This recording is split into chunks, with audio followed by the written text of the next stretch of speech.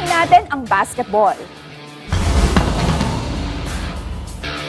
Patuloy ang pamamayagpag ng Gilas Pilipinas Youth matapos nitong ilampaso ang Singapore sa score na 101-37 sa nagpapatuloy na FIBA Under-16 Asia Cup Seyaba qualifiers kagabi sa Brenzy Giao Convention Center sa San Fernando, Pampanga.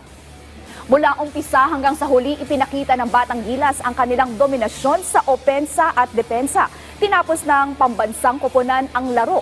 Hawak ang napakalaking 64-point advantage. Pinangunahan ni Eva Rain Cruz ang opensa ng Gilas matapos nitong kumamada ng 14 points. Nag-ambag naman si Justin Halyare ng 13 puntos at 6 na assist. Ito na ang ikatlong sunod na panalo ng Gilas Youth. Patunay na seryoso sila sa kanilang kampanya para sa Asia Cup. Magpapahinga muna ang Gilas Youth ngayong Martes bago muling sumabak sa laban sa Miyerkules kontra sa kapwa walang talong koponan ng Indonesia.